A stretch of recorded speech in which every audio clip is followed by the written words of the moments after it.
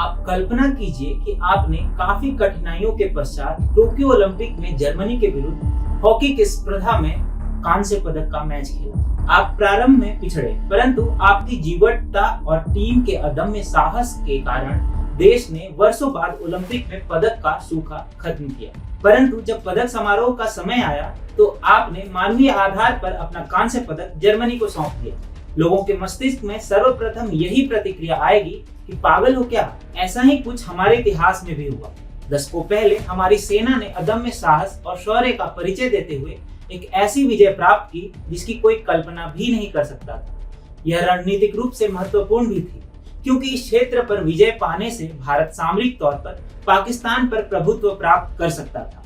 परंतु कूटनीति के मंच पर हमने एक ऐसी गड़बड़ की जिसका दुष्परिणाम आज भी पूरे भारत को भुगतना पड़ रहा है। यह कथा है हाजीपीर के उस विजय गाथा की, जिसमें भूमि पर विजय तो भारत ने प्राप्त की, पर कूटनीति के क्षेत्र में इस कोहिनूर जैसी विजय को अपने हाथों से हमने गवा दिया। नमस्कार, TFI पर आपका स्वागत है। मैं अभिनव आज आपको बताने जा रहा हूं कि कैसे भारत ने 1965 में हाजीपीर पास को एक निर्णायक युद्ध में जीत तो लिया था, लेकिन ताशकंद समझौते ने इस जीत पर पानी फेर दिया। सबसे पहले यह समझते हैं कि यह हाजीपीर पास है क्या और इसकी रणनीतिक विजय एवं कूटनीतिक पराजय से आज भी हम भारतीयों को इसके दुष्परिणाम क्यों भुगतने पड़ रहे हैं। हाजीपीर पाक अधिकृत कश्मीर में LOC से 8 किलोमीटर की दूरी पर समुद्र तल से 8,652 फुट की ऊंचाई पर एक पास है। ये दर्रा यानी माउंटेन पास उरी से पूंछ वाले क्षेत्र के निकट पड़ता है और सामरिक रूप से बेहद महत्वपूर्ण है। आज भी आतंकियों के भारत में प्रवेश करने हेतु ये सबसे सरल और सुगम लॉन्च पैड माना जाता है। इस कथा का प्रारंभ हुआ 1965 में। भारत को चीन से पराजय मिले 2.5 वर्ष से अधिक हो चुके थे और आर्थिक एवं कूटनीतिक मोर्चों पर भारत शत-विशत पड़ चुका था। प्रधानमंत्री जवाहरलाल नेहरू की मृत्यु हुए 1 वर्ष से अधिक हो चुका था। उनका स्थान लाल बहादुर शास्त्री ने अवश्य लिया था, लेकिन न तो उन पर कांग्रेस के अधिकतम नेताओं का विश्वास था और न ही देश की अधिकांश जनता को। इसी बीच पाकिस्तान एक बार कश्मीर को हथियाने के लिए एक नया षड्यंत्र रचने लगा, जिसके लिए उसने 1963 में हजरत बल मजार को लेकर उत्पन्न विवाद को आधार बनाया। आपको बता दें कि तब का पाकिस्तान आज के पाकिस्तान की भांति न तो भिखमंगा था और न ही वह ऐसा देश था जिसे भारत जब मन चाहता तब पटक सकता था। कूटनीतिक, औद्योगिक और आर्थिक तौर पर पाकिस्तान मजबूत था, जिसका शासन फील्ड मार्शल अयूब खान के हाथ में था। अप्रैल 1965 के आसपास कच्छ में पाकिस्तान ने सीज फायर लाइन का उल्लंघन किया और प्रत्युत्तर में भारत ने भी उचित उत्तर दिया। रणनीतिक रूप से भारत को कुछ लाभ तो हुआ, परंतु कूटनीतिक रूप से पाकिस्तान इस मोर्चे पर विजयी सिद्ध हुआ। इस कूटनीतिक विजय से उत्साहित होकर पाकिस्तान ने एक नया षड्यंत्र रचा, ऑपरेशन जिब्राल्टर। जब मध्य एशिया विशेषकर मिडिल ईस्ट में इस्लाम की स्थापना हो चुकी थी, तब अरब आक्रमणकारियों ने 8वीं सदी में हिस्पैनिया पेनिनसुला पर आक्रमण किया था और अपना आधिपत्य जमाया था, जिसमें वर्तमान पुर्तगाल और स्पेन भी सम्मिलित थे। इसी भांति पाकिस्तान कश्मीर पर आधिपत्य स्थापित कर भारत को एक ऐसा घाव देना चाहता था जिससे वह कभी न उबर सके। यही कारण था कि इस ऑपरेशन का नाम ऑपरेशन जिब्राल्टर रखा गया था, जिसके अंतर्गत कश्मीरियों को जिहाद के नाम पर उकसाया जाता और उन्हें भारतीय फौजों का सर्वनाश करने के लिए प्रेरित किया जाता था। इस काम के लिए मेजर मलिक मुनव्वर खान अवान जैसे अफसर भी चुने गए थे, जिन्होंने कभी नेताजी की आजाद हिंद फौज को अपनी सेवा दी थी। परंतु इस पूरे प्रकरण में उन्होंने न तो भारतीयों की शक्ति को आंकने की सोची और न ही ये जानने का प्रयास किया कि भारतीयों के सेनाध्यक्ष कौन है। उस समय भारत की थल सेना की कमान जनरल जयंतो नाथ चौधरी के हाथों में थी, जिन्होंने मेजर जनरल के तौर पर न सिर्फ हैदराबाद में निजाम शाही और उसके रजाकारों के छक्के छुड़ाने में एक अहम भूमिका निभाई थी, अपितु भारत का तीसरा विभाजन होने से भी बचाया था। इसके अलावा कश्मीरियों ने भी पाकिस्तान की योजना में उनका कोई साथ नहीं दिया और उल्टे वे जहां भी गए उन्होंने खुलकर भारतीय सेना की सहायता की और उन्हें पाकिस्तानी सेनाओं और मुजाहिदीनों के बारे में आवश्यक जानकारी दी। ऑपरेशन जिब्राल्टर न सिर्फ असफल हुआ, अपितु भारत एक बार फिर से एक बहुत बड़ी त्रासदी का शिकार होने से बच गया था। परंतु ये कहानी का एक भाग है, क्योंकि असली युद्ध तो अभी बाकी था। जब प्रधानमंत्री को स्थिति का आभास हुआ तो उन्होंने आपातकालीन बैठक बुलाई। उन्होंने स्पष्ट कहा कि भारत केवल घुसपैठियों यानी पाकिस्तानियों को अपनी भूमि से हटा नहीं सकता। घुसपैठ यदि जारी रहती है तो हमें भी अपनी लड़ाई दूसरी ओर मोड़नी होगी। शेखर कपूर और एबीपी न्यूज द्वारा संयुक्त रूप से निर्मित वेब सीरीज प्रधानमंत्री में लाल बहादुर शास्त्री के किरदार इस बात को स्पष्टता से रेखांकित करते हैं।